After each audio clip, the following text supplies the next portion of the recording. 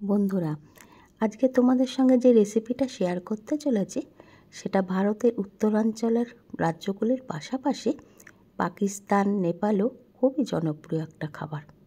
নমস্কার বন্ধুরা, 3 শালিক চ্যানেলে তোমাদের সবাইকে স্বাগত। আজকে তোমাদের সঙ্গে রাজমার রেসিপি শেয়ার করব। তার জন্য আগের দিন রাত্রেবেলা রাজমাগুলো ভিজিয়ে রেখেছিলাম। পরদিন সকালবেলা ভালো করে ধুয়ে আমি প্রেসারে সেদ্ধ করে নেব। এই রাজমার সঙ্গে দেব আমি একটা আলু আর পরিমাণ মতো লবণ। রাজমাতে অতিরিক্ত প্রোটিন থাকার কারণে পেশি বৃদ্ধিতে কিন্তু খুবই সাহায্য করে, আবার এটা কোলেস্টেরল কমাতেও সাহায্য করে। দেখো রাজমাটা আমার সুন্দর সেদ্ধ হয়ে গেছে। 5 থেকে 6টা সিটি আমি দিয়ে নিয়েছি। কড়াতে সর্ষের তেল বসিয়ে নিয়েছি। এবার দেখো আমার কী কী লাগবে। নিয়েছি 3-4টে মতো পেঁয়াজ কুচি, নিয়েছি আদা কুচি, রসুন কুচি আর কাঁচা লঙ্কা কুচি। তেলের মধ্যে আমি ছোটো এলাচ আর দারচিনি ফোড়ন দিলাম।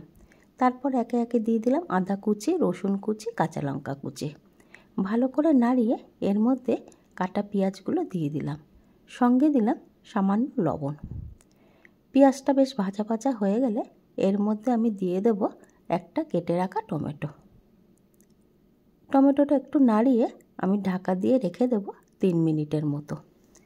বন্ধুরা, তোমাদের যদি রেসিপিটা ভালো লাগে তাহলে যারা এখনও আমাদের চ্যানেলটিকে সাবস্ক্রাইব করোনি, আমাদের চ্যানেলটিকে সাবস্ক্রাইব করে পাশে থাকার অনুরোধ রাখলাম।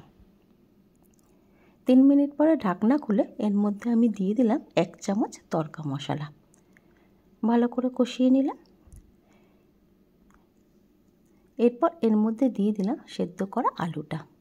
আলুটা যেহেতু আমি রাজমার সঙ্গে সেদ্ধ করেছি সেই জন্য আলুর কালারটা এইরকম হয়েছে। ভালো করে আলুর সঙ্গে কষিয়ে নিলাম মশলাটা। এরপর এর মধ্যে দিলাম 1 চামচ ধনে গুঁড়ো আর 1/2 চামচ হলুদ গুঁড়ো। আবারও একটু কষিয়ে এবার ওর মধ্যে দিয়ে দেব সেদ্ধ করা রাজমা। রাজমা দিয়ে মশলার সঙ্গে ভালো করে কষিয়ে নিলাম। কষানো হয়ে গেলে দিয়ে দিলাম গরম জল, সঙ্গে দিলাম পরিমাণ মতো লবণ।